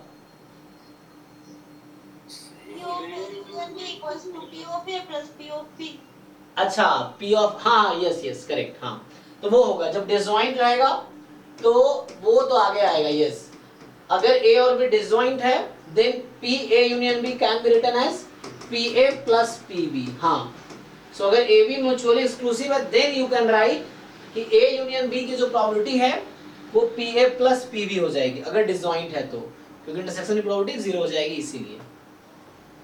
हाँ भाई, कोई कुछ पूछ रहा, बताओ। अर्का, आप कुछ पूछ रहे थे? ठीक है ना, ओके। कोई पूछा तो बोल सकते हो, कुछ पूछना हो कुछ। हाँ तो चलो आगे आते हैं। सो नाउ, है ना, ये सब बेसिक चीजें हैं। अब यहाँ रिमार्क लिख रहा है कि simple events of a sample space are always mutually exclusive. मतलब दो सिंगलटन सेट है अलग अलग तो वो हमेशा म्यूचुअली एक्सक्लूसिव होंगे, है ना। फॉर एग्जांपल एक कॉइन है तो ये सिंगलटन सेट है, इसको बोलेंगे सिंपल इवेंट या एलिमेंट्री इवेंट। और दूसरा है टेल वाला, तो एक कॉइन को टॉस किया तो हेड आएगा, टेल आएगा। तो ये दोनों एलिमेंट्री इवेंट है, सिंपल इवेंट है, तो इसका इंटरसेक्शन तो हमेशा पाई आएगा। तो यही कहना चाह रहा है कि सिंपल इवेंट जो होंगे वो हमेशा म्यूचुअली एक्सक्लूसिव ही होंगे। सिंगलटन सेट ले लोगे सबका अलग अलग, कॉमन तो कुछ आएगा नहीं। अब आता है एग्जॉस्टिव इवेंट। कोई बताओ what is definition of exhaustive event? P of A union B equal to S, सब पूरा सैंपल के साथ जाएगा। P कहाँ से आ गया इसमें? नहीं, A union B equal to S। हाँ, सो एग्जॉस्टिव का मतलब है यूनियन लेने पे सैंपल स्पेस आ जाएगा, जरूरी नहीं डिसजॉइंट होगा। एग्जॉस्टिव में सिर्फ इतना जरूरी है कि A and B are exhaustive event, तो A union B is equal to sample space. Simple exhaustive है तो हो सकता है इंटरसेक्शन 5 ना हो, that's no problem. Only condition is this. Exclusive में सिर्फ कंडीशन है A इंटरसेक्शन B 5 होगी। अब लिखा रहा है कैसे, mutually exclusive and mutually exhaustive, अब दोनों कर दिया। ए इंटरसेक्शन भी फाई होगा और ए यूनियन भी सैंपल स्पेस होगा। तो जो events mutually exclusive and exhaustive दोनों होते हैं तो वो सैंपल स्पेस का पार्टीशन बनाते हैं, और ये वही पार्टीशन है जो बेस थ्योरम में आता है, वही पार्टीशन है जो थ्योरम ऑफ टोटल प्रोबेबिलिटी में आता है। आप अगर आप कहीं स्टेटमेंट पढ़ो आप जाके बेस थ्योरम का या टोटल प्रोबेबिलिटी का, तो वहां शुरू में यही लिखा होगा कि E1, E2, E3, En are the partition of a sample space. तो पहले आपको जानना पड़ेगा व्हाट इज दैट पार्टीशन। तो पार्टीशन का मतलब होता है कि वैसे इवेंट्स जो म्यूचुअली एक्सक्लूसिव भी हैं और म्यूचुअली एग्जॉस्टिव भी हैं, दोनों हैं, तो उसको बोलते हैं वो सैंपल स्पेस का पार्टीशन बनाते हैं। जैसे मैं तुम्हें यहां समझाता हूं कि जैसे ये मेरा सैंपल स्पेस है, एग्जांपल के लिए मैंने इसको n पार्ट में डिवाइड कर दिया, ये E1 है, ये E2 है एंड सो ऑन, मान लो लास्ट वाला En है ना, En-1। तो ये एक सेट है, ये भी एक सेट है इस तरीके से। So simply you can see that कि EI इंटरसेक्शन EJ ये हो जाएगा फाई, क्योंकि इन दोनों में कुछ भी कॉमन नहीं है, बाउंड्री फिक्स है, ये E1 है, E2 है, E3, E4, E5 है। तो किसी भी 2 E1 के साथ En ले लो, कोई भी दो ले लो, इंटरसेक्शन हमेशा फाई आएगा। तो इसका मतलब हो गया कि दे आर, इसका मतलब होता है, ये है अलग, ये कहना चाह रहा है, इसको हम आगे पढ़ेंगे, इसका मतलब होता है पेयर वाइज डिसजॉइंट। हाँ, ये पेयर वाइज डिसजॉइंट है, या इसको आप बोलना चाहे तो बोल सकते हैं म्यूचुअली एक्सक्लूसिव अगर है, एंड म्यूचुअली एक्सक्लूसिव मतलब ये हो गया यहाँ पे डेफिनेशन बस इतना है कि कुछ में कॉमन नहीं है। हालांकि ये मतलब, हालांकि पार्टीशन समझा रहा हूं तुम्हें, पार्टीशन क्या होता है, पार्टीशन ऑफ सैंपल स्पेस समझाना चाह रहा हूं। सो थोड़ा सा अलग है ना, पार्टीशन ऑफ सैंपल स्पेस। तो ये दोबारा ये वर्ड आएगा जब हम टोटल प्रोबेबिलिटी पढ़ेंगे या बेस थ्योरम पढ़ेंगे, उसमें आएगा। सो सैंपल स्पेस, ठीक। सो ये इवेंट्स हैं और इन्हें सबका यूनियन कर दो, E1 union E2 union up to En, इन सबका यूनियन करोगे तो क्या आ जाएगा, सैंपल स्पेस के इक्वल आ जाएगा। सबका यूनियन करोगे तो मतलब ये कहना मतलब ये बोलो पेयर वाइज डिसजॉइंट है। डिसजॉइंट क्या था, म्यूचुअली एक्सक्लूसिव था, और यहाँ पे सो पेयर वाइज एक्सक्लूसिव होगा और यहाँ डिसजॉइंट होगा, और ये हमारे पास वो है। तो 2 के लिए बात करेंगे तो यहाँ बोलेंगे EI and EJ are mutually exclusive, या EI and EJ are disjoint, ये चीज है।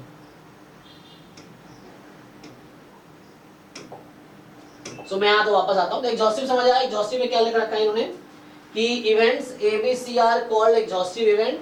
कब होगा ऐसा, जब A union B union C sample space के इक्वल आ जाए, ये चीज है, जब इनका union sample space. In general n events हैं, ये n इवेंट्स है, ठीक है। और देखो ये कहना चाह रहा है कि ऐसा है, सबका यूनियन लिया और सैंपल स्पेस आ गया, तो इसको बोलेंगे एग्जॉस्टिव इवेंट है।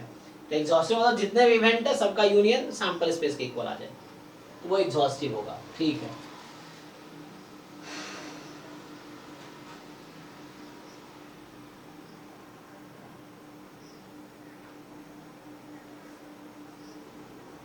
अच्छा, तो यहाँ देखो, यहाँ एक वो आगे जो मैं लिख रहा था, EI इंटरसेक्शन EJ 5 हो जाए for all I different then J। Events EI EJ are pairwise disjoint, ये मैं लिख रहा था वहां पे अभी, पेयर वाइज डिसजॉइंट। और सब ये सिंबल है, इसको खोलोगे तो क्या बनेगा, E1 union E2 union E3 union E4 up to En, जो मैंने लिखे थे। ये वही यूनियन सिंबल में लिखा है कि सबका यूनियन लोगे तो सैंपल स्पेस आ जाएगी। And event these are called mutually exclusive and exhaustive event, और इसी को मैं दूसरा नाम बता रहा हूं तुम्हें, पार्टीशन ऑफ सैंपल स्पेस।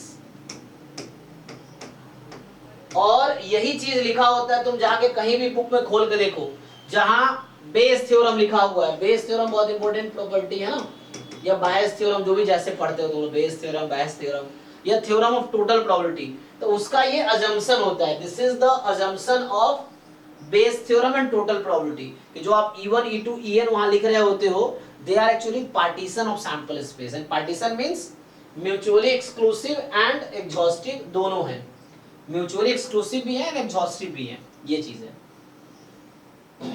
ठीक है।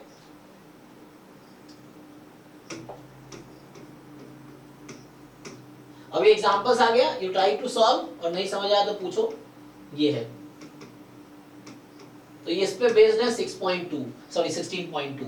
तो 16.1 सिंपल सैंपल स्पेस पे था, 16.2 आपका types of event, impossible event, sure event, simple event, compound event, फिर आया म्यूचुअली एक्सक्लूसिव मतलब डिसजॉइंट, पेयर वाइज डिसजॉइंट हो गया, और म्यूचुअली एग्जॉस्टिव मतलब यूनियन सैंपल स्पेस हो जाए। सो इस पे बेस्ड इनमें क्वेश्चंस होंगे। अब नेक्स्ट स्टार्ट करता है एक्सोमेट्रिक डेफिनेशन अप्रोच टू प्रोबेबिलिटी। ये भी वर्ड देखो सिलेबस में लिखा हुआ है, जैम के सिलेबस में ये वर्ड है ना। ये हालांकि लोअर लेवल पे है बट स्टार्ट कहीं से करना है ना। अब जिनको ये सब चीजें समझ नहीं आएगी तो आगे वाली कैसे समझ आएंगी। ये सो एक्सोमेट्रिक अप्रोच टू प्रोबेबिलिटी, ये सब जैम का सिलेबस है। जो 11th 12th की प्रोबेबिलिटी है that is actual part of JAM and GATE syllabus, वो भी जैम गेट के सिलेबस का पार्ट है। तो इसमें आपको एक एक क्वेश्चन ठीक से सॉल्व करना चाहिए इस चैप्टर के। तो मैं सीधा सीधा आता हूं यहाँ पे, देखो यहाँ डेफिनेशन लिख रखा है। सो this is the definition of probability.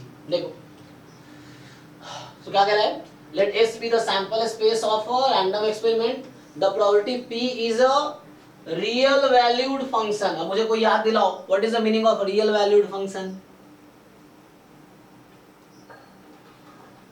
It's range in R। हाँ, R और सबसेट ऑफ R है ना। तो मतलब प्रोबेबिलिटी कभी कॉम्प्लेक्स नंबर नहीं आएगी। ये क्यों ऐसा लिख रहा है रियल वैल्यूड फंक्शन, क्योंकि प्रोबेबिलिटी की वैल्यू कभी कॉम्प्लेक्स नंबर नहीं आएगी।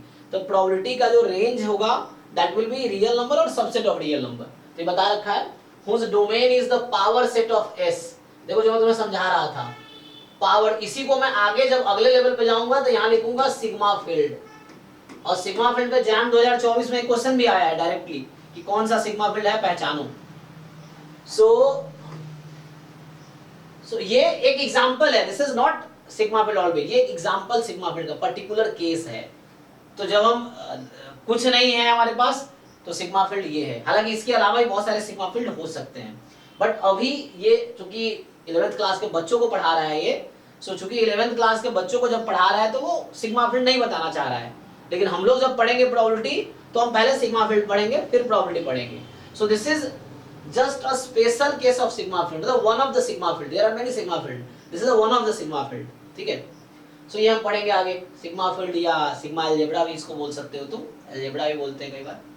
तो एक तो है ना, यही से कुछ देर पहले पूछा था लोगों से कि प्रोबेबिलिटी क्या है, तो बहुत लोगों को नहीं पता है। देखो क्लास 11 के एनसीईआरटी में लिखा हुआ है कि प्रोबेबिलिटी एक्चुअली है क्या, एटलीस्ट एक ज्योमेट्रिक डेफिनेशन की बात कर रहा हूँ। तो प्रोबेबिलिटी एक रियल वैल्यूड फंक्शन है, ये भी एक फंक्शन है जिसका domain power set of sample space ले रहे हैं, यहाँ पे ले रहे हैं, आगे जाकर सिग्मा फील्ड लेंगे, और जिसका रेंज जो है इंटरवल 0-1 है। तो हर फंक्शन में डोमेन और रेंज होता है, जो कि हम शुरू के कुछ क्लास में ये डिस्कस कर रहे थे कि डोमेन क्या है, रेंज क्या है ना, इस तरीके से। तो सेटिस्फाइंग द फॉलोइंग एक्सियम्स। अब ये 3 कंडीशन है इसका, ये जो प्रोबेबिलिटी फंक्शन है रियल वैल्यूड फंक्शन, इसका domain power set of sample space है और रेंज 0-1 है। ये प्रोबेबिलिटी फंक्शन तब होगा जब ये कंडीशन को सेटिस्फाई करेगा। तो पहला कंडीशन है कि for any event E probability of E should be more than equal to 0, ये होनी चाहिए। दूसरा कंडीशन है सैंपल स्पेस की प्रोबेबिलिटी 1 होनी चाहिए। तीसरा कंडीशन अगर E and F R mutually exclusive event, exclusive मतलब इंटरसेक्शन 5 है, तो A union probability of E union F ये हो जाएगा। तो इन तीनों कंडीशन को सेटिस्फाई करेगा तब बोलेंगे जो फंक्शन पी है एक्चुअली वो प्रोबेबिलिटी फंक्शन है, मतलब प्रोबेबिलिटी है, ये चीज है। तो ये सब हम तब ध्यान थोड़ी देते थे, तुम याद करो जब 11th 12th में थे ये सब ध्यान देते थे, बिल्कुल नहीं। अभी जाके आपको लग रहा होगा अच्छा ये सब 11th में भी था, है ना। अब ये बता रहा है कि तुम प्रूव कर सकते हो एम्प्टी सेट की प्रोबेबिलिटी 0 होती है तीसरे पॉइंट से कि फाई यूनियन फाई बराबर पी है ना, इस तरह से ब्रेक कर सकते हो तुम।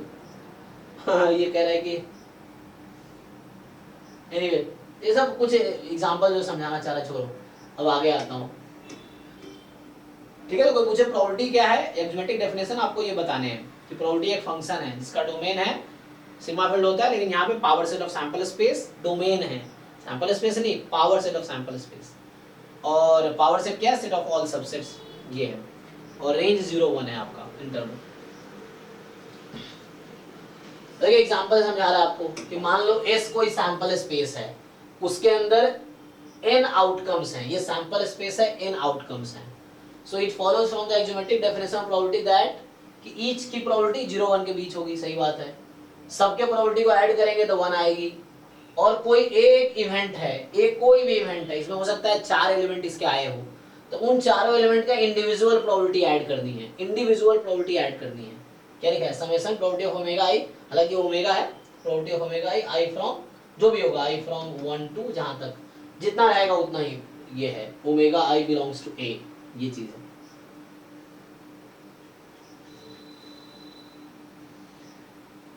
अब ये singleton omega I is called elementary event, कुछ देर पहले देखा हमने।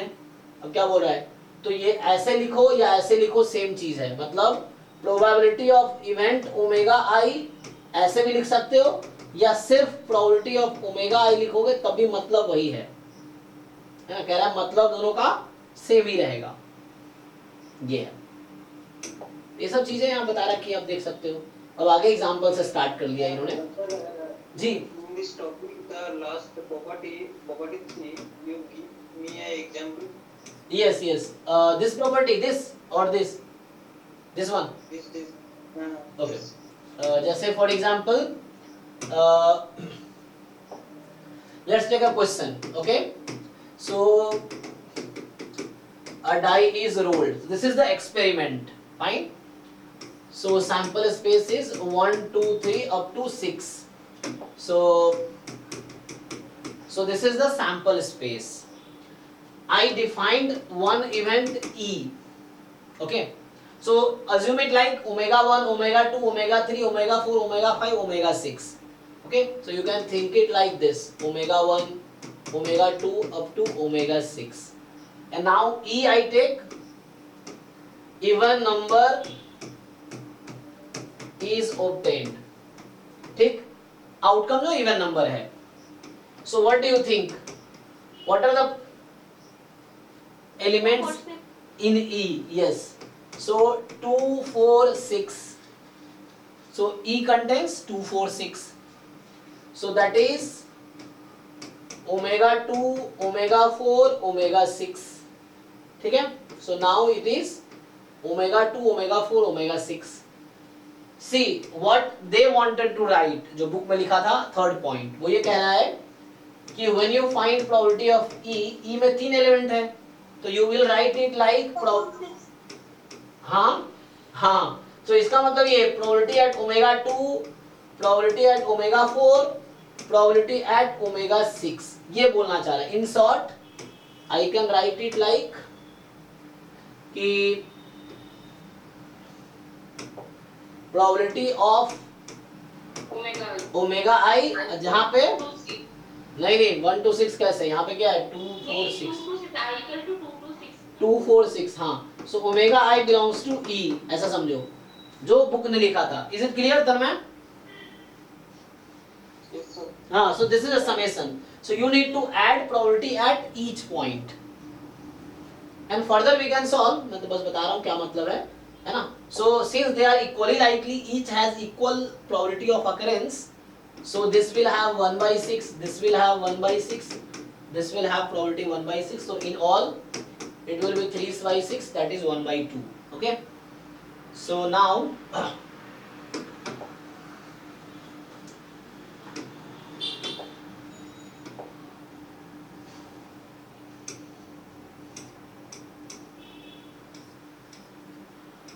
okay, so these are some examples you can see, so you can try ना। अब आता है probability of an event, so next section is probability of an event. Okay, so how to find probability of an event? So if they are equally likely, you will just probability of and number of possible outcome upon total number of outcome, otherwise you will find probability to each outcome, वो होगा। तो ये सब तुम example से समझा रहे हैं, इसको छोड़ो अभी। तो देखो फिर से वही लाइन यहाँ लिखा है, अगेन द थर्ड पॉइंट जो लिखा था कि A में अगर ओमेगा आई है, probability of omega I summation omega I belongs to A, जो भी आउटकम्स होंगे A में, जो ए में है उसकी प्रोबेबिलिटी को ऐड कर रहा है ना, इस तरीके से। क्वेश्चंस करो, ट्राई करके देखो, समझो, और नहीं तो पूछो। तो यहाँ इन्होंने बस ये समझाना चाह रहा है किसी इवेंट की प्रोबेबिलिटी निकालोगे कैसे, तो वैसे ही समझा रहा है जैसे मैं यहाँ समझाने की कोशिश किया था। The same thing like this, कि ये एक इवेंट है तो इसकी प्रोबेबिलिटी कैसे निकालेंगे। So will find probability at 2, probability at 4, probability at 6। यहाँ से मैंने किया तो यही चीज उसी इस सेक्शन में समझा रहा है आपको कि how will I find the probability. So अब देखो यहाँ पे सेक्शन है probability of equally likely outcomes. In general probability कैसे निकाल रहा है, पहला, दूसरा, तीसरा। अब पूछ रहा है probability of equally likely outcomes.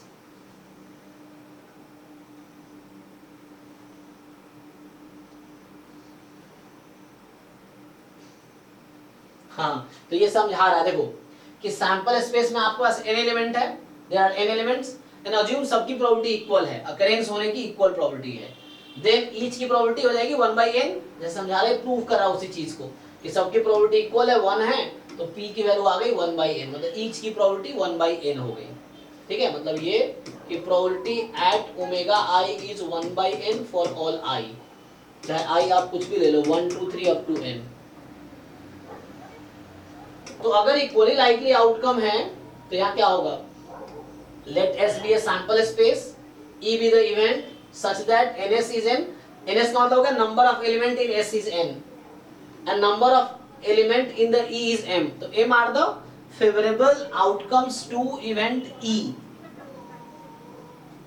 तो बोल रहा है कि if each outcome is equally likely then it follows that PE is equal to m upon n, so PE is equal to m upon n, then number of outcomes favorable to E upon total possible outcomes, so number of outcomes favorable to E upon total possible outcome।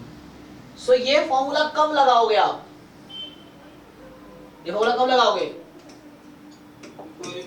Equally likely. मैं एक question लिखता हूं, तुम लोग उसका answer बताओ,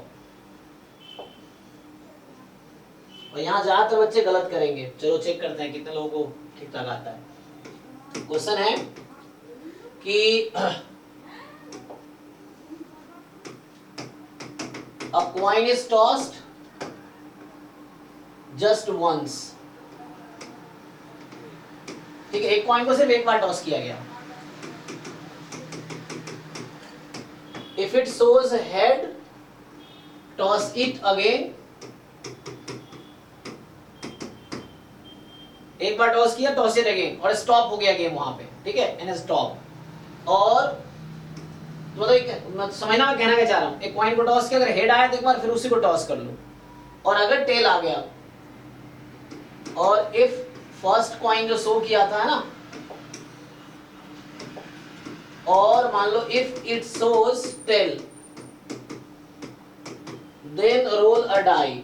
question clear है, एक कॉइन को एक बार टॉस किया हमने, अगर हेड आया तो उसको फिर से टॉस कर देंगे, और अगर टेल आया तो मैं डाई को रोल करूंगा, तो ये पॉसिबिलिटी है।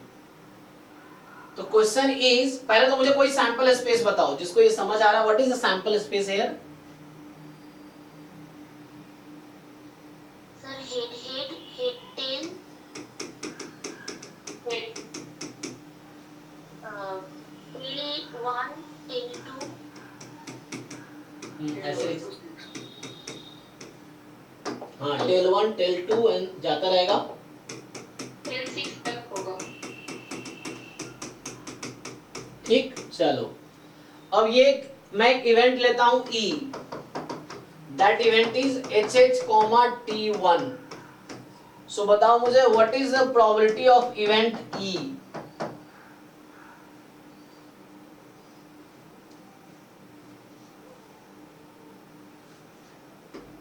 चलो option A 2/8, option B 1/8, option C 1/8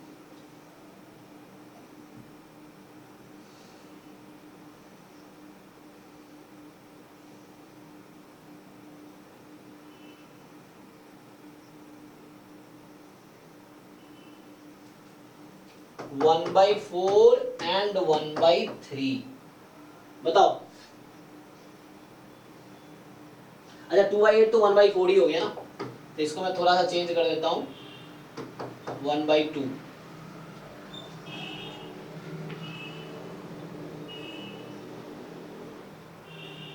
बताओ जी।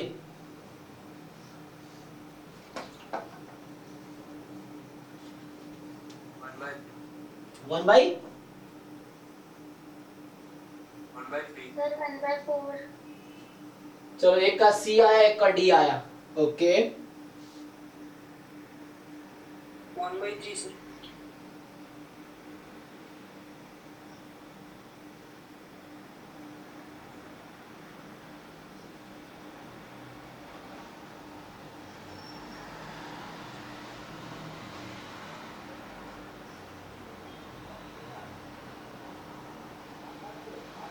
और बताओ, एक ने सी एक ने डी बताया, और किसी को लग रहा है कुछ? From B 1/3। 1/3 होगा। ओके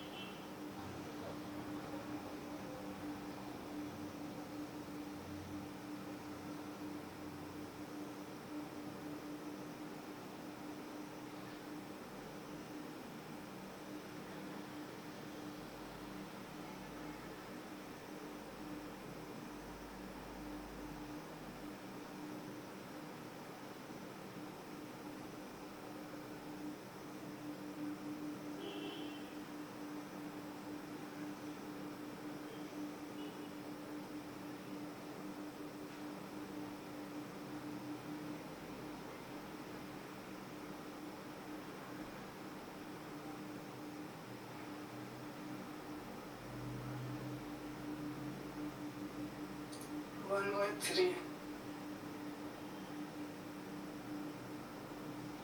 ओके, सब लोग कन्विंस्ड हैं?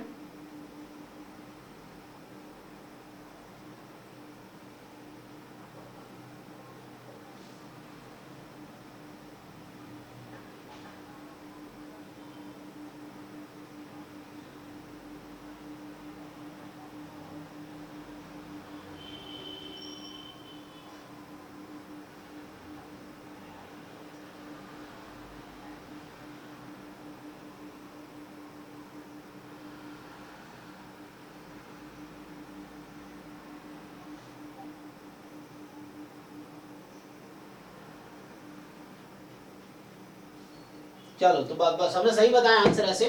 तो देखो, सो यहाँ बस मैं ये तुम्हें बताना चाह रहा था कि actually these outcomes are not equally likely. ठीक है ना, मैं क्या बताना चाह रहा हूँ कि ये आउटकम्स इक्वली लाइकली नहीं है यहाँ पे। क्यों नहीं है? क्योंकि HH और HT हेड हेड है, तो ऐसे अलग अलग सोचो। तो हेड की प्रोबेबिलिटी 1/2, हेड की प्रोबेबिलिटी 1/2, 1/2 1/2 है ना, तो ये इंडिविजुअली इसकी प्रोबेबिलिटी 1/4 होगी, इसकी 1/2 1/2 तो 1/4 होगी, ऐसे करके। इसमें टेल आने की 1/2 और 1 आने की 1/6। तो यहाँ 1/12 1/12 प्रॉब्लम है सर। क्या? सर मतलब ये बोल रहा है कि coin tossed once, then if head shows up again toss, again head आएगा तो अगेन हेड नहीं नहीं, वो हमने वो इसलिए वंस कह दिया, ऐसा नहीं बोला ना कि वैसा नहीं है। वही तो मैं समझाना चाह रहा था कि मैंने अपने लैंग्वेज में लिखा है, तो मैंने आपको क्लैरिफाई किया ना। ऐसा नहीं अगेन हेड आएगा तो अगेन टॉस होगा, वो स्टॉप हो जाएगा वहां पे। लिख लीजिए Unstop, toss it again and stop. उसके बाद वो नहीं कि दोबारा बार बार टॉस करेंगे, वैसा नहीं है। मेरा कहने का मतलब ये था, जब ये सैंपल स्पेस लिखा हुआ है तब से आपको क्वेश्चन नहीं आ रहा है, आप दिमाग में क्वेश्चन आ रहा है। ये सैंपल स्पेस लिखा हुआ है ना यहाँ। तो हेड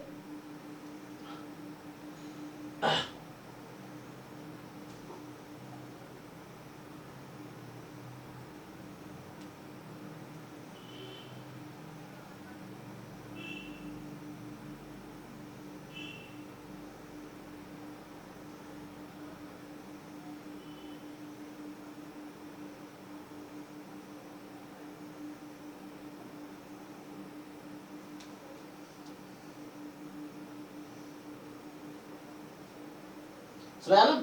तो इसमें ईच का आउटकम कितना है 1/12 हो सकता है, और यहाँ पे ईच हैज प्रोबेबिलिटी 1/4। यहाँ केस बस एक बार टॉस किया और दोबारा नहीं, हेड आया तो फिर टॉस नहीं किया, वो स्टॉप कर देना है जस्ट।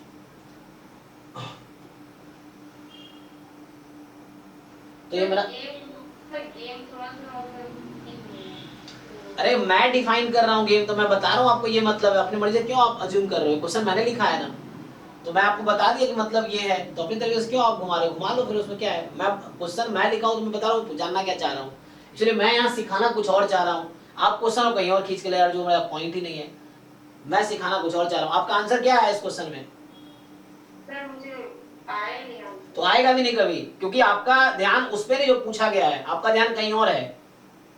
द थिंग इज, जो मैं पूछ रहा हूँ वो आपको उसमें ध्यान ही नहीं है। अब एग्जाम में यही करते होंगे आप कि पूछा कुछ और है, वहां छोड़ के आप कहीं और सोच रहे हो, उसमें किसी और कंडीशन पे। देखो पूछा क्या उस पर फोकस करो ना, सैंपल स्पेस लिखा हुआ है, अब इसके बारे में सोचो, भूल जाओ ये क्वेश्चन को, चलो ये हटा दिया मैंने, ये है मेरा क्वेश्चन, अब दिस इज माय क्वेश्चन, ये सैंपल स्पेस है, बताओ अब इसमें बताओ आंसर क्या होगा, आपका कन्फ्यूजन खत्म होगा ना। ये मेरा सैंपल स्पेस, अब पूछ रहा ये बताओ क्या आंसर है।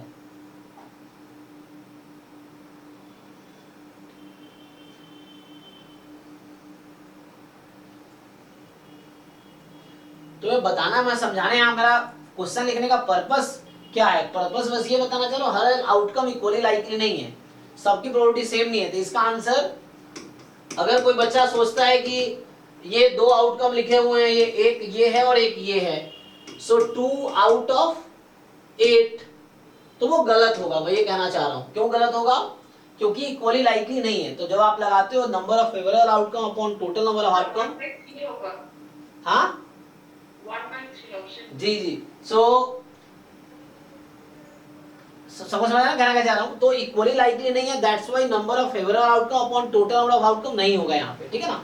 तो यहाँ सिंपली क्या आएगा, तो सिंपली यहाँ पे जो आंसर होंगे वो होंगे ये ई का जो प्रोबेबिलिटी है, तो सिंपली इसके जो प्रोबेबिलिटी इंडिविजुअली वहां लिखा हुआ था W1 W3, तो इंडिविजुअल इवेंट की प्रोबेबिलिटी निकालनी होगी। So probability at HH plus probability at क्या होगा T1, ठीक है। अब HH का 1/4 आएगा, इसका 1/12 आएगा, ऐसा क्यों होगा, सो दैट यू कैन सी कि 1/2 इंटू 1/2 प्लस 1/2 इंटू 1/6, कितना आ गया 1/4 प्लस 1/12, सो ये आ जाएगा कितना 4/12, दैट इज 1/3, ये आ गया। Sir, when I would use number of favorable cases by total possible outcome, then the condition is equally likely. Yes, each outcome should be equally likely. Each outcome has the equal probability of occurrence, equal chances of occurrence. Then you can use number of favorable outcome upon total number of outcome. Okay, sir. Yes, sir. Thank you. Got it. हाँ, अच्छा okay, got it ना। देख लो अभी भी किसी को doubt है तो। सो आपने ये सोच मैं नहीं रखना था, मैं अलग ही सोच रहा था, ये सही तरीका है ये सॉल्व करने। अच्छा हाँ, है ना। तो ये मतलब ये लास्ट टाइम जो बता रहे थे ना, दैट वाज द थिंग कि जब 3 आउटकम है तो इसकी अलग इसकी अलग इसकी अलग निकालनी है, इक्वली लाइकली होगा तो खुद ही वैसा हो जाएगा। सो Actually, this rule geometric definition. हाँ yes, that we are using axiomatic definition. So each outcome की probability निकालना है, yes.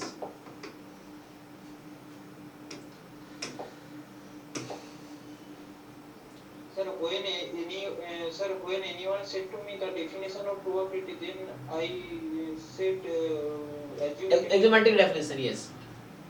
So whole probability theory is based on axiomatic definition. Okay, so ये यहाँ समझाना चाह रहा था same thing.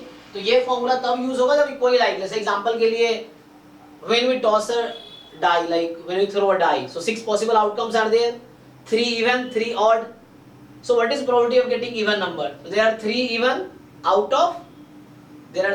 Out of 6, so 3 upon 6 1/2, so when can we use 3 upon 6, when they are equally likely, है ना। Like you say a coin is tossed, so what is probability of head, तो 1/2. When can we say it is 1/2? When they are equally likely, head and tail have equal chances of occurrence, then it is 1/2. Otherwise, if it is biased, so for example it is biased point, the head probability is 60% chance, tail may be 40% chance, है ना? So they are not equally likely now. So you cannot use 1/2 now, है ना? So if it is biased, means they are not a coin, head and tail, two are outcomes in case of tossing a coin. So then if they are not equally likely, then the probability of occurrence will not be same, है ना? So that is the point. अब आप जानते हो formula of A union B का formula निकालेगा यहाँ पे, ठीक है ना? सो डायरेक्टली मैं आ जाता हूँ, फॉर्मूला A यूनियन क्या होता है? सो देखो, ये बोल रहा है कि हमेशा ऐसा नहीं होगा, ये होगा, ये कब वैलिड होगा? ये डिसजॉइंट है, यस, म्यूचुअली एक्सक्लूसिव या डिसजॉइंट है तब होगा ऐसा, ठीक है? तो probability of A union B होगा PA प्लस PB, ना ये चीज है. सो इन जनरल ये फॉर्मूला है, in general this is the formula जो सब लोग जानते हैं, है ना? Probability of, so probability of A union B is PA plus PB minus probability of A intersection B.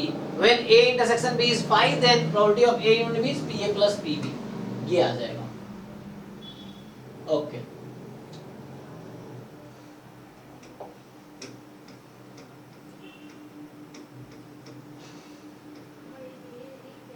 तो प्रूव करा, there are different techniques of proving, they are proving different formula.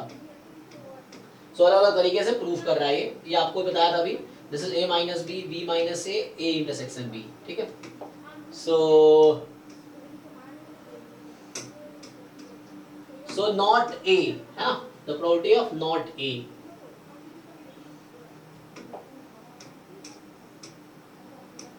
So that you can simply आप जानते हो कि probability of A complement is 1 minus probability of A. That is a formula. Probability of A union B, PA plus PB minus P A intersection B. Probability of A minus B, probability of A minus probability of A intersection B. इस तरह से, है ना? तो union है, जिसमें आपको जरूरत पड़ेगी probability of A minus B, so PA minus probability of A intersection B, इस तरीके से, ठीक है?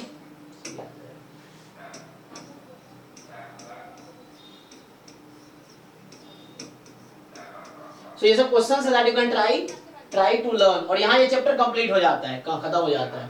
सो ये जो 6.3 एक्सरसाइज है, that is based on A union B formula, A complement formula, and based on that, okay? So that you can try. और इसके बाद ये miscellaneous रहता है जिसमें थोड़े difficult questions रहते हैं compared to this, and then this probability complete. So आज हमने क्या डिस्कस किया अभी कि क्लास 11th के NCERT probability में क्या-क्या टॉपिक्स थे वहां पे. मेनली मैंने थ्योरीज बताया आपको, कॉन्सेप्ट बताया क्या-क्या है. क्वेश्चंस आपको ट्राई करने हैं, then you have doubt, then you can discuss. तो मुझे लगता है 12th का अगले क्लास में करते हैं, आज करेंगे ज्यादा हो जाएगा. नहीं, 12th क्लास की प्रोबेबिलिटी जो है सारे ना हो गए, कल करते हैं, आज ज्यादा हो जाएगा. तो अभी हमने ये किया, कल हम क्लास 12th की जो प्रोबेबिलिटी है वो देखेंगे, उसमें क्या क्या कॉन्सेप्ट आप लोग पहले से पढ़ के आ सकते हैं ताकि आपको समझ आएगा कि क्या है, ठीक है? तो अभी क्या है, अभी हमारे पास 9:30 टाइम हुआ है, तो 9:30 से 11 बजे तक डाउट क्लास रखते हैं, है ना? अभी जिनके जो भी डाउट्स हैं, पुराने डाउट्स होंगे किसी भी टॉपिक के, पुराने या नए या, है ना, इस तरह से, लेकिन वैसे डाउट्स जो आपके जेन्युइन डाउट जो आपने ट्राई किए हो, आपसे नहीं हुआ हो, सीखने के लिए पूछो, है ना? ये चीजें हैं. सो अभी वो डाउट क्लास करेंगे हम 9:30 to 11. जिनको डाउट्स है यू कैन स्टे हियर, बाकी लोग जा सकते